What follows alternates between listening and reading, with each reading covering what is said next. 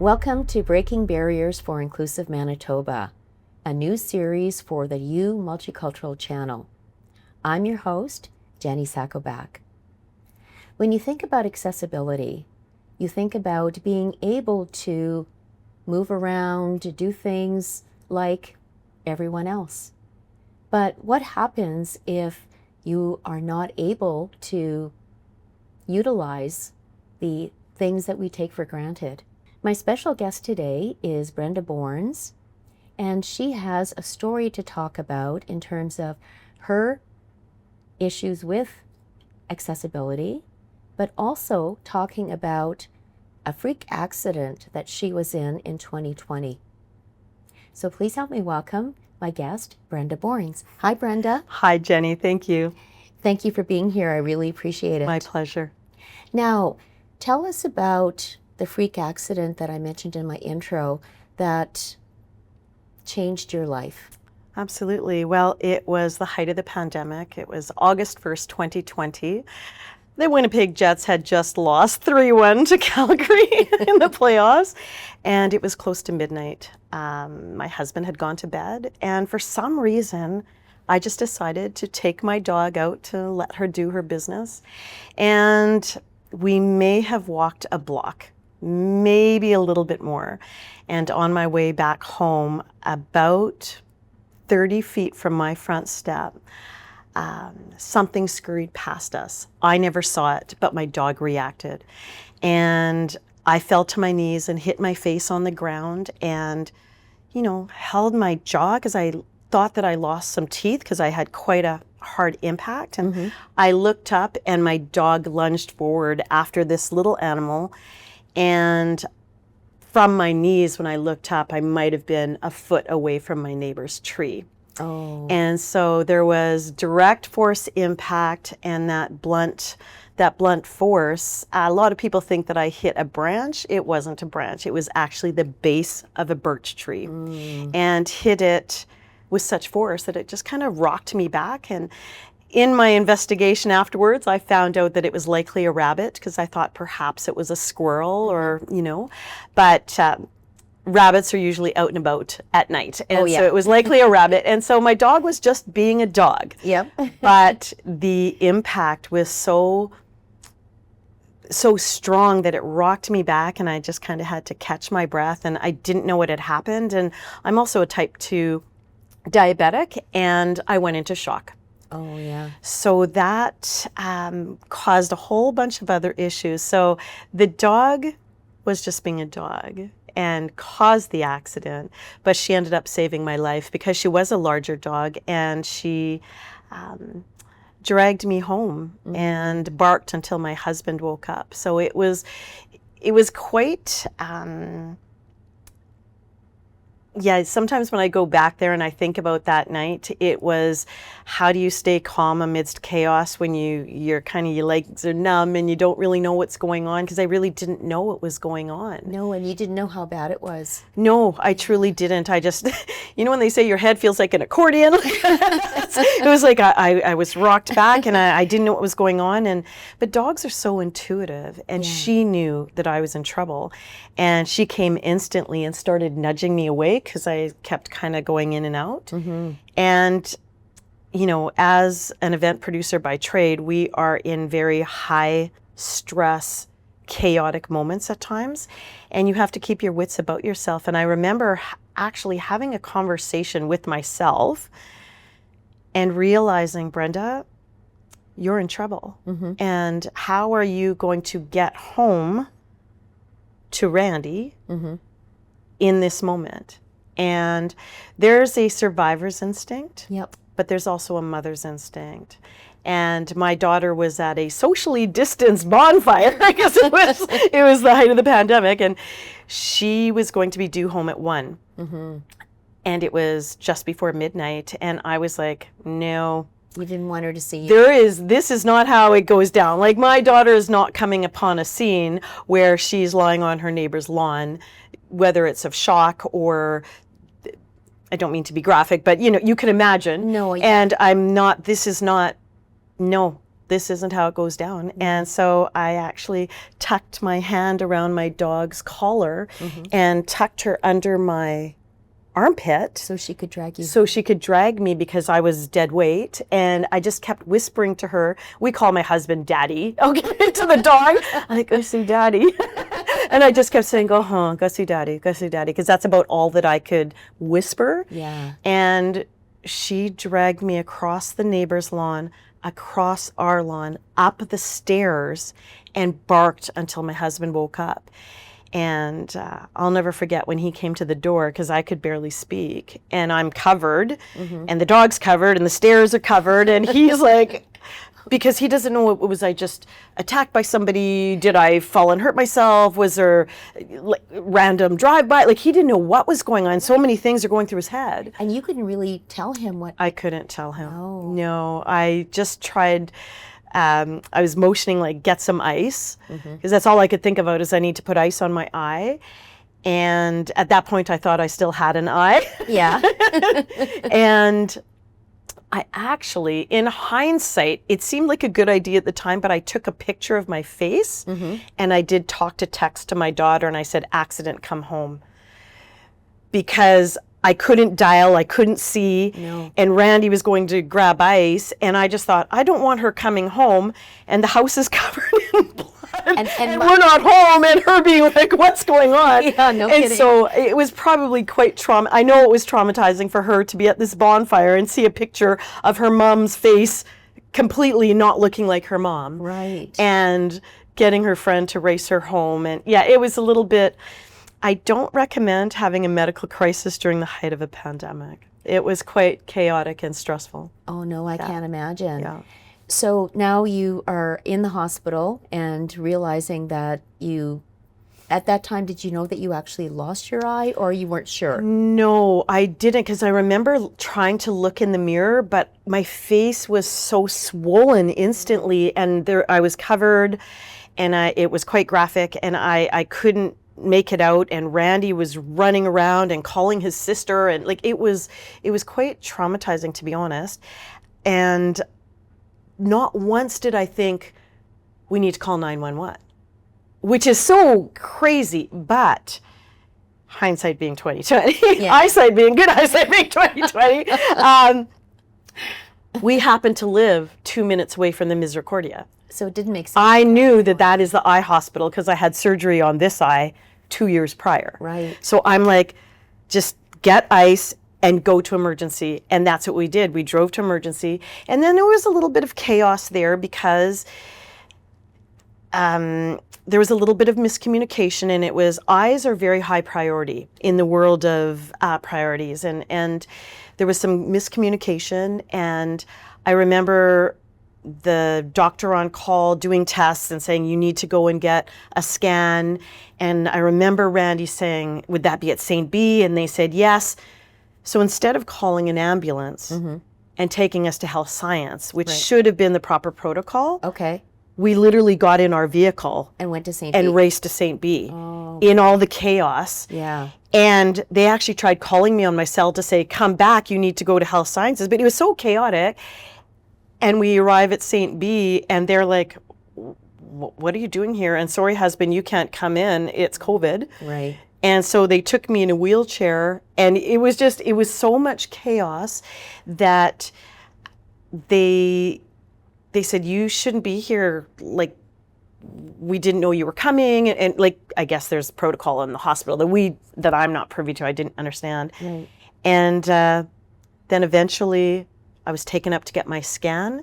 And because we lived 2 minutes from Misericordia, Randy called St. B in the morning. He's like, hi, I just wanted to check in on my wife. I dropped her off, like it was around midnight, and it's now 6 a.m. And they said, sorry, she's not here. He's like, pardon? He's like, she was taken back to the Misericordia last night. Oh. And he's like, was someone going to call me? Like, it was just, you got to remember, it was the height of the pandemic. Like, the medical system was the normal procedures. No one knew what was going on. No. And so because we were 2 minutes away, I think he called at 10 to 6 and he was at my bedside at 5 to 6. And and he didn't care what there was COVID. He was getting it to see me. And And it was, they said, we will do our best to try and save your eye. And sadly, they called Randy 30 minutes into the surgery, and they said, we're 99% sure we're unable to save her eye, but we need your consent to remove it. Wow. And that's, I can't imagine how Randy felt getting that call. First of all, you're devastated for your spouse. And second of all, that's a heavy decision.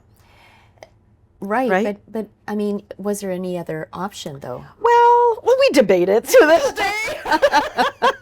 So, hindsight being 2020, I'm a gambler. And so Randy had said, what is the procedure? And they said, well, typically we would go through and make sure everything's in the right, the lens and everything's in the right order. We would sew up the eye. In 6 weeks, you can come back and we will see if there's sight. Right. And they said, but we're 99% sure that we can't save her eye. And so Randy made the decision, I don't want my wife to be at home healing and then knowing you got to go back for surgery to give up an eye. Right? Because that's a whole other mental, and he said, she's under now, take the eye, we'll deal with it. Right. And then, and I've always felt that he's made the right decision, but I know, because I'm a gambler, I'm like, 1%, hey? Someone's got to win the lottery. I'm going to take that chance. I may have taken that chance. Yeah. I personally might have said, yeah, sew that up and let's see you in 6 weeks. But that's, that's the difference in our personalities too, is that I'll take that chance but in hindsight, it was the right decision. It was the right decision. And it's funny how when I was the one going through the trauma, I still felt brave for my family. And literally the first thing I said to Taya when she came to visit me, because they had to take turns coming up to the room, they couldn't be at the same time. Right, yeah. And she's like, and she was devastated and she's crying, and I'm like, Tay, pull up on your phone. What Olympic, what can Olympic athletes do with one eye? And she's like, what? I'm like, no, I'm serious. Okay, I'm on biathlon, darts, and I'm like going through it in my head. She's like, Mom, are you serious right now? I'm like, I am 5,000% serious, because if I'm going to get to the Olympics, I'm going to get to the Olympics. I'm going to get to the Paralympics. I've always wanted to be an Olympian. And I thought my daughter she literally thought, okay, as we load her up into an ambulance now, because I had to go back to St. Boniface, because now they had to deal with my diabetes because my sugars were so high. Oh my God. They say between 5 and 7 is diabetic heaven. Right. And my sugars were at 38. Yee. So they were dealing with two very different complications. Absolutely, so yeah. I saw my husband, I saw my daughter, then I was in an ambulance going back to St. B without my family. It was very traumatizing, yeah. Gosh. But, I don't know, I've always been a positive person, and I've never once, not that this is no, not at all. I've just, that's my personality. Yeah. I never once cried over the loss of my eye. Or felt sorry for yourself. I never once felt sorry for myself. I took it as a challenge of, okay. So now I have to figure I need to relearn things. I need to learn, how do I live in a monocular world? How does my brain understand things? And I used to sneak out of the house at 5 a.m. before Randy and Tay were awake. And of course, it's the pandemic, right? People aren't supposed to be out and about. I would sneak out with the dog that caused the accident, and we would go jogging. And I would do 2 or 3 kilometers, and I'd be like, okay, how do I see, because it was still summer. Right. How does my eye understand the grass? And so I would run on the boulevard because I didn't want to trip and fall. So how does my eye understand the grass and the dips? And and then fall came. How do I understand the leaves and the shadows on the leaves? And then I would start running in the back lanes. How do I understand the gravel? The cracks, all of those things. And I would just keep training myself every single day. When we think about peripheral vision, so you're missing your right side. Yes. So how do you compensate with the left? Is it that you're training it, does it become stronger? I don't know. I didn't know either, to be honest, Jenny. I didn't. There was no manual for me to understand this. Right. And they gave me a bunch of paperwork after I left. Well, I couldn't read it. I was bandaged up. I had a dog that was my shadow, never left my side. Randy, I jokingly called him Baba because he was just like, I didn't want for anything. My family was unbelievable during that time. And whether they were dancing in the living room to make me laugh or whatever it was, because we only had each other. Right. Right? Right, because it's COVID. It was COVID. And that's when I started. I'm the world's worst cook, and I'm an even worse baker. And I started baking and cooking, and because I was going back to grade 7. How do I measure? They still didn't turn out, Jenny. I can't. How many times was I doing this because the waffles were burning? But I practiced things that were hard every single day. I started trying makeup. I was a tomboy. I never wore makeup. I got involved with learning how to put on makeup because I wanted to. Anything that was fine motor, Yeah.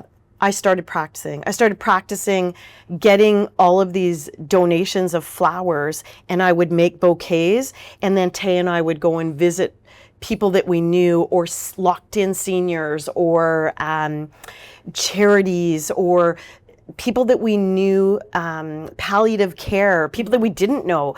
It's like, I need to do something. I can do something. I might have different abilities. Okay. I do not like the word disability. I have different abilities. Okay, I like that. And I will find them. Yes. And I will challenge myself to do the best that I can with the tools that I still have. And so I practiced every single day. And then I started playing pickleball. Now, I know that pickleball is for old folks. Well, that's my category. But when I started playing pickleball, I was the weakest link. Okay. And so I got put with one of the strongest players. And we had two competitors that were both really good players. One was really, really young and fast, and one was experienced. Okay. I was the weakest link. And I'm very competitive, Jenny. So when you came cross court at me, I'm right-handed and blind on my right. Okay. So you want to score a point, you're just coming cross court. Right. Well, I lost enough points to figure that out real quick, that I was going to adjust how I stood, how my body reacted. And then after playing for an hour every day for about a year, maybe a year and a bit, when we started beating our competitors and when we started or tying or having really, really close games, that's when I thought, okay, Brenda, you have now figured out depth perception, peripheral vision, and reaction time. Okay. And because all those 3 things you need to drive. And let's talk about that. About the first time you started driving. It was June 5th. It was my dad's birthday. And I remember thinking, I think I'm going to go pick up Tim's today for the family. And Randy and Taya were sleeping. It was very, very early on a Sunday morning. And they didn't know that you... They had no idea. I just took the keys and I just thought, you know what? It's so early in the morning, but Tim's is open and I'm going to go slow and I'm going to drive down Pembina Highway in the right-hand lane, the lane that's hard for me to see, and I'm going to see how many times I smack that curb. My husband would probably be able to tell how many times the tire was a little... I didn't smack that curb. And so, but I was like, but am I over this side? Am I too wide? And I took a really long time to drive again. Probably, I'm going to have to remember, I'd have to go back and look at my notes, but I think it was 22 months. And technically, after you lose an eye in Manitoba, you can get behind the wheel within 3 months. Oh, I didn't know that. Yes, me neither. But I didn't care because I didn't feel ready. And it was the pandemic and no one was going anywhere. Right. And Randy would drive me to appointments. So I didn't feel the need to drive. And then as the seasons changed, I didn't want to relearn how to drive in a Winnipeg winter. Oh, yeah. I wanted to learn in a Winnipeg summer because in the winter, as someone who has some depth perception concerns that I was concerned about. The snow doesn't get cleared immediately. No. So that snow brushes up on that curb, whatever lane you happen to be in, there's snow on either side. And so I didn't want to be too over. I didn't want to slide. I don't want to hurt anybody. No, at least you're all yourself. I wanted to ensure that before I got behind my Jeep, that I was going to be a safe driver. So I did. I drove that day and I picked up 2 coffees and a whatever quencher for Taya, and I came home and I sat on the couch like a Cheshire cat, like I was so proud of myself. And Randy woke up probably at 6:30 and he comes around the corner and I'm sitting sipping on a Tim's. He's like, "You didn't." I'm like, I did. And he was such an amazing caregiver during that entire time. It was like, "You're retired now, I'm good." And it really was an opportunity for Randy to, that became his role for 22 months. He and Taya took care of every single need that I had. Yeah. And for me to say, you know what? I never mourned the loss of my eye, not once. I mourned the loss of my independence. Oh my gosh, yes. Especially as a very, very independent person. Yep. And that was my struggle.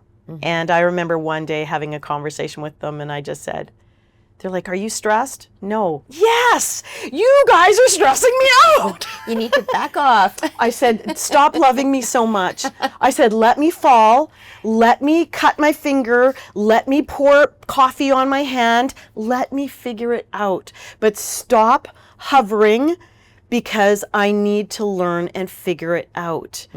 And then I said, "Or I will put you on a one-way ticket to Nipua and off you go down the highway. Don't come back until I tell you to come." And then we all had a laugh. But I said, "Let me figure it out. You cannot baby me and you cannot, because now I feel like a caged bird. Yeah. Because I feel suffocated by your love." So I said, "I love you.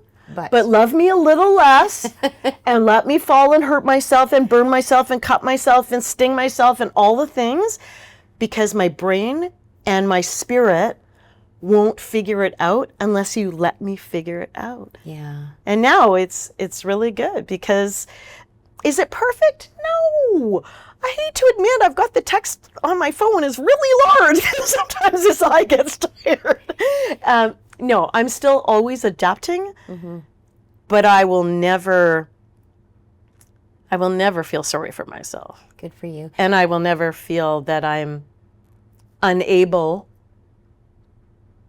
to tackle anything that I want to tackle, because no broken eyeball is going to slow Brenda Bourns down. No. No, those who know me know Absolutely. that I live my life and life is worth living. And if you have some things that change your path, then you adjust and you carry on your path. You carry on that journey, right? Right. And that's actually a really good segue into what you were talking about in terms of, big text on your phone or no, but Yes. but being able to access things that make it more accessible for you. Yes. And I'm sure that you have some really great success stories about how you were able to learn how to navigate through life with one eye.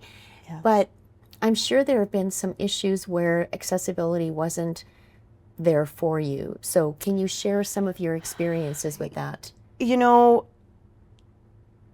Accessibility, I like, to be honest, there are things that I get really frustrated with. Okay. For example, putting thread through a needle, that really frustrates me. Oh, me too, and I have both eyes. That really, really frustrates me. But, I think if we're going to have a chat about accessibility, there are some things that some people, they make comments, they don't understand truly some of the challenges that individuals that have different abilities go through. Because, I literally had an executive, and I think I may have shared this story in the past, say to me, "Oh, you can apply for the special blue pass in your car, the handicap pass, handicap parking pass." I said, "Pardon?"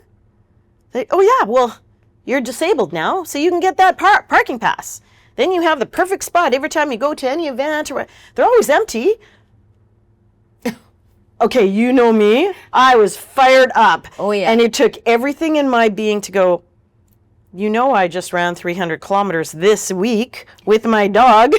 Why on earth would I take advantage, even the mere thought of applying for a pass that someone who legitimately needs to have easier access for their wheelchair, walker, maybe they're fully blind, whatever that situation is, why on earth would you even suggest to me that I apply for a pass like that? It offended me on so many levels, and I let them know.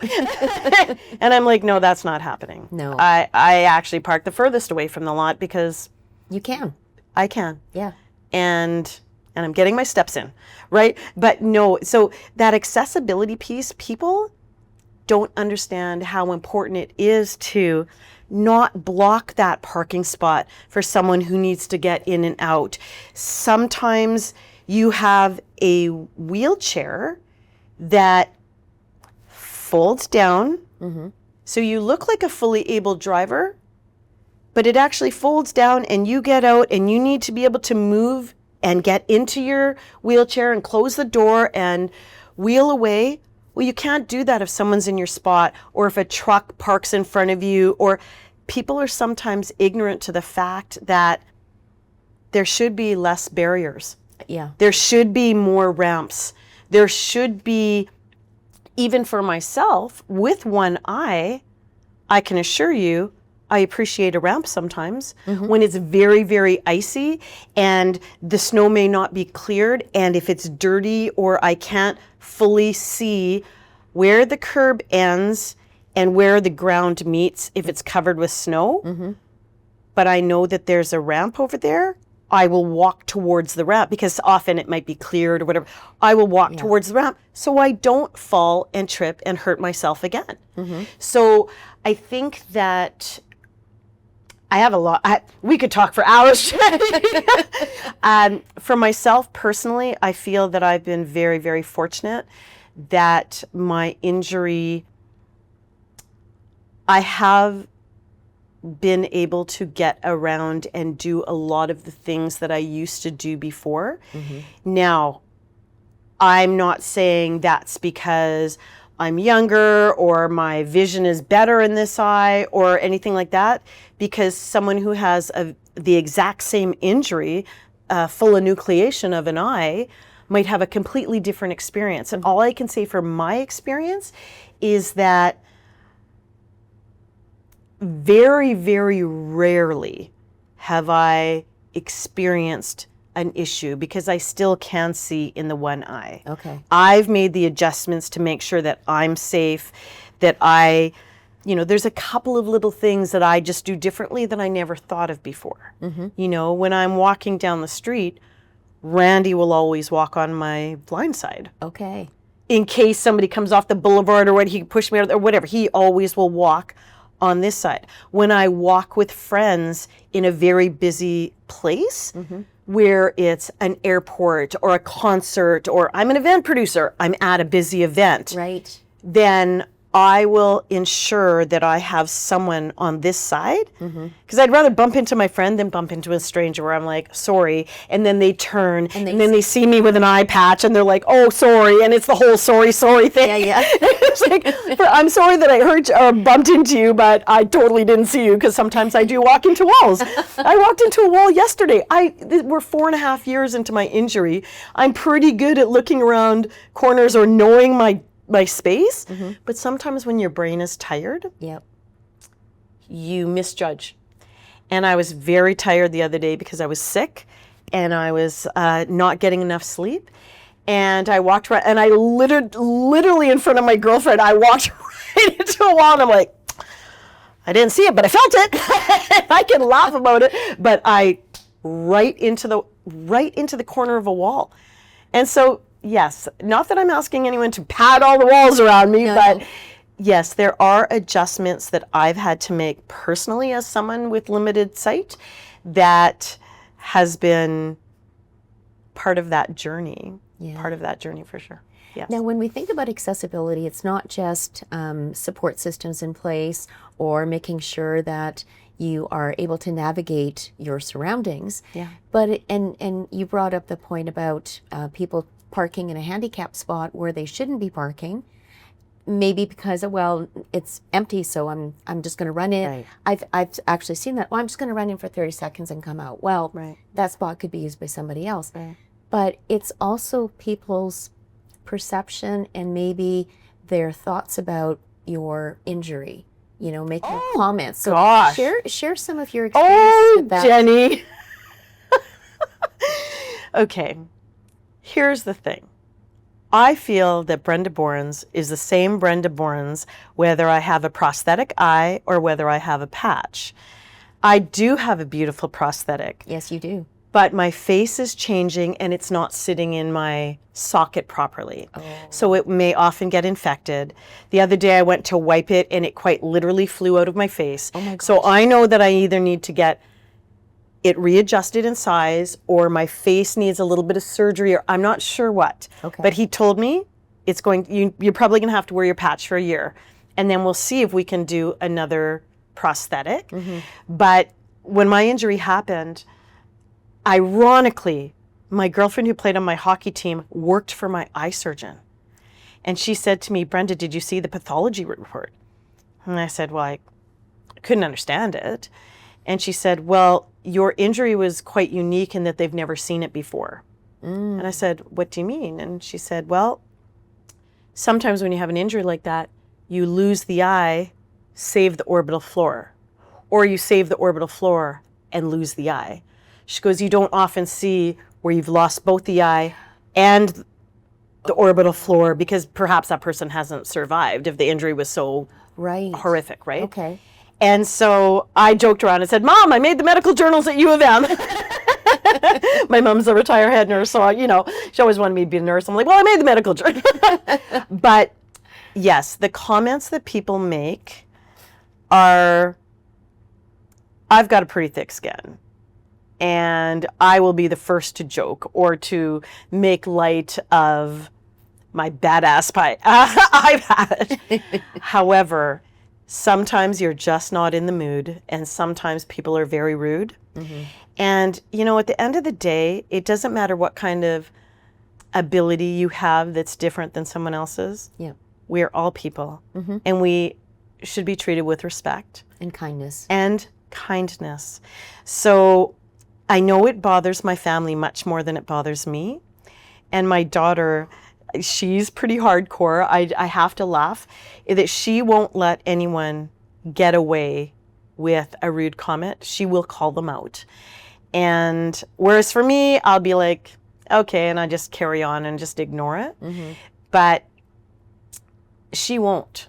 And I have to just respect that she's very protective of her mother. Mm-hmm. And so I'll give you an example that we were at a Jets game maybe 3 months ago. I can't even remember. We were at a Jets game and a gentleman jumped out of the crowd and literally came right up to me like, Arbiter, pirate.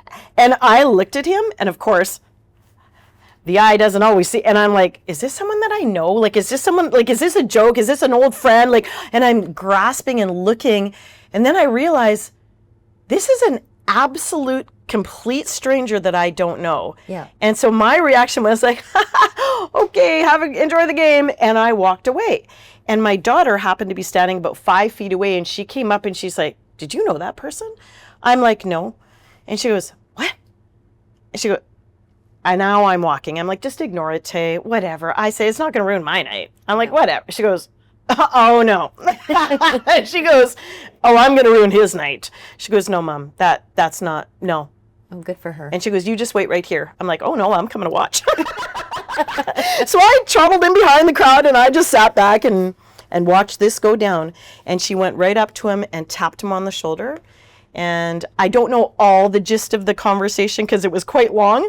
And she said something to the effect of, my mother lost her eye and that's not a costume and that's not a joke. And he's like, oh, I'm sorry. Like, should I apologize to your mom? And she's like, my mom doesn't need your apology. But you did that in front of your kids, and you need to do better. And she took him to task in front of his wife and children, loud enough that people around were looking and watching. And then she turned on her heels and walked back to me, and she goes, "Oh, he's going to have a great game." But, you know, I don't need anyone to defend me that way, because I'm quite fine with telling someone or reminding them that they're out of line. But you know, I'm an event producer, Genny. My name is often on the license. Yep. There's often going to be people that have had too much to drink, and they just let words come out of their mouth, or things that they might not normally say if they were sober. Right. And so, you know, I've been around a lot of inebriated people enough to know that I just bite my tongue, because I'm the person often in charge behind the scenes. But sometimes your patience is just a little low, and you just let people know that they're unkind, and then you just walk away. Because never in in what world is it okay ever to make fun or to joke or to say something rude to another person, or a child, or a reporter, or whatever? Like, in what world is that acceptable? And sometimes people just need to be checked on their behavior. And we do. Our family does. and you know what? And it's so important. And, you know, good for Taya that she spoke up and said it's not okay. And unfortunately, people have their own opinions. They feel free to comment on whatever. And as much as we like to brush it off, you know, say, "Oh yeah, haha, good one, you know, see ya," and walk away, it hurts deep inside, as much as we try not to let it show.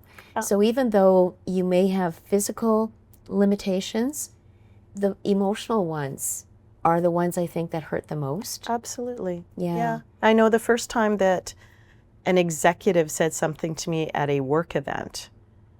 I was a guest at an event. I wasn't in charge of the event.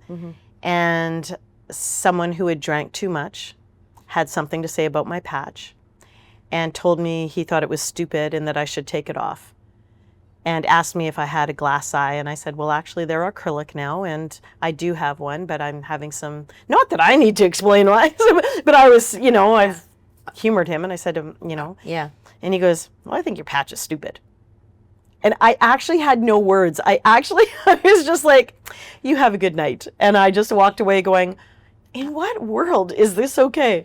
But people, sometimes people need to be reminded that they're being unkind. And I have no problem reminding somebody, because this isn't a costume.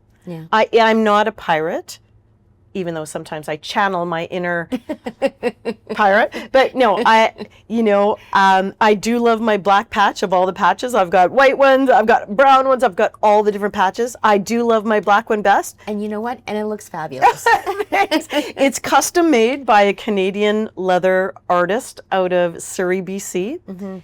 I have a smaller face. So some of the patches that are out there are quite large and cover your entire face. And I just thought, if I've got to rock a patch, it's going to match my face, and it will, you know. And so get one that has a little bee, maybe. Absolutely. So I don't take myself too seriously, and the comments don't hurt me anymore. But sometimes your patients, just because you expect better, especially when it's someone that you know, or even you fringe know them. So that happened on Saturday night. I knew someone who played in the same hockey league that Randy did, and the first thing he did was come up with a pirate joke. And I just thought, gee, I've never heard that one before. I'm like, oh, you're so witty, I said, or whatever I said. And I just said, have a good night. And I just walked away. I'm like, I just don't have the patience for it. No. But I think he realized by my reaction that, oh, it wasn't funny. And I didn't get the laugh that I was expecting. And it's like, yeah, no. So sorry you feel bad about your poor choice of a joke, but I understand now that sometimes people joke because they feel uncomfortable. Yeah. So they think it's a great icebreaker. And now I'm realizing that, because this person is actually a really nice person. I've known them for probably 15 years. Yeah. I was just tired. I just come off a week of being sick, haven't been sleeping well. You picked the wrong day. And so my face, instantly, he was like, oh, he didn't apologize. And I didn't expect an apology, but he learned the hard way. It's some days I have a bad day. Yeah. But yes, I do think that it's funny. There's people that I know that will not reach out to me or will not talk to me. And I'm talking people that I know for 20, 30 years because they don't know what to say or it makes them feel uncomfortable. So I'll just go to them. Yeah. I rang the doorbell. I brought flowers. I'm like, hey, how's it going? I'm fine.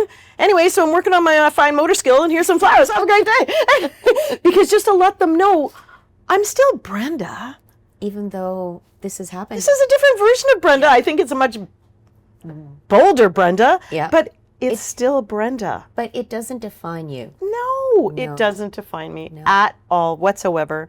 So if you had any advice for someone out there that was going through, maybe not necessarily the same thing that you've gone through, but the idea that people either don't know what to say or so they don't say anything, or those that go out of their way to think that they're funny, what can you say to someone out there that could give them some hope that they can either find a way to deal with it, channel their inner badass person, or... You know what, to be honest, just be true to yourself. Call me Superman. There's Teflon there, or is it Teflon? No, kryptonite. Kryptonite, Teflon, whatever, like a duck. Water won't stick to me. Yeah. Right? And there's nothing that anyone's going to say that will hurt my feelings anymore. You might catch me on a bad day where I'm going to check you, but there's nothing that anyone can say that would actually hurt my feelings because I'm too strong for that. Okay. Like, stay true to yourself. You know who you are and own it. And so this is a different version of the first Brenda 1.0. Okay, so this is Brenda 2.0. This is Brenda 2.0. It's way bigger, better, bolder than any 1.0.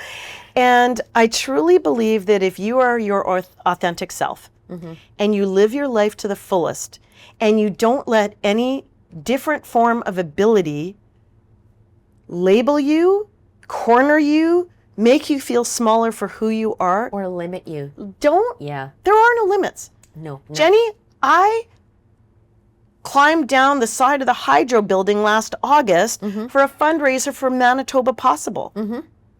Was I scared? No. But I will tell you, at one point, I was strapped into the harness, and you have to put your feet right to the edge before you kind of release and kind of come down the harness or taking out the rope, and you have to release. You have to trust. You have to fully trust that when you do the fall, that harness is going to catch you.